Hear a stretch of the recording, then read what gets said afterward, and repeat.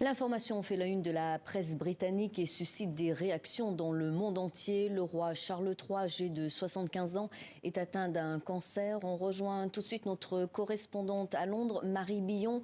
Bonjour Marie, comment réagit le royaume ? Mais écoutez, c'est une surprise parce que même le week-end dernier, dimanche, on a pu voir le roi se rendre à l'église. Il avait l'air souriant, il avait l'air en forme. Donc les Britanniques ne s'attendaient vraiment pas à ce genre de nouvelles. D'ailleurs, le diagnostic a surpris le roi lui-même.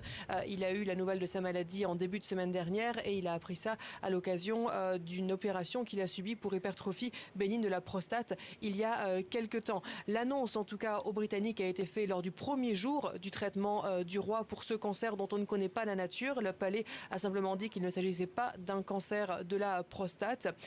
Tout le monde politique a donné ses meilleurs vœux à Rishi Sunak, au roi Charles III. Rishi Sunak, le Premier ministre, a dit ce matin que le roi était content que ce cancer ait été vu assez tôt.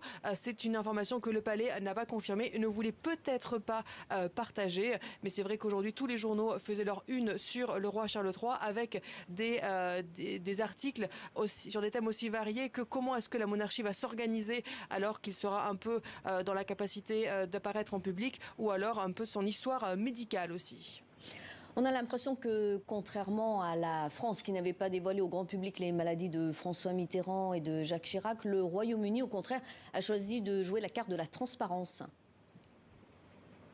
C'est tout à fait nouveau pour la reine Elisabeth II qui est décédée finalement il y a peu de temps. Il y avait une grande opacité autour de son état de santé et de son décès. Et le père d'Elisabeth II, donc le grand-père de Charles III, est décédé d'un cancer des poumons. C'était le roi George VI. Ses médecins lui avaient caché à lui-même qu'il avait un cancer et les Britanniques n'ont pas été mis au courant du tout de la maladie de leur roi. Donc c'est un nouveau tournant qu'a voulu prendre le roi Charles III. Il a dit qu'il a pris cette décision parce qu'il veut montrer un peu son soutien à toutes les personnes qui, comme lui, souffrent d'un cancer, et puis il voulait aussi éviter les spéculations. Le seul problème, c'est que certains trouvent que la transparence ne va pas assez loin, puisqu'on ne sait pas de quel cancer souffre le roi, ni la gravité de l'avancement de ce cancer. Donc certaines personnes estiment que les spéculations ne sont pas évitées avec cette transparence en demi-teint.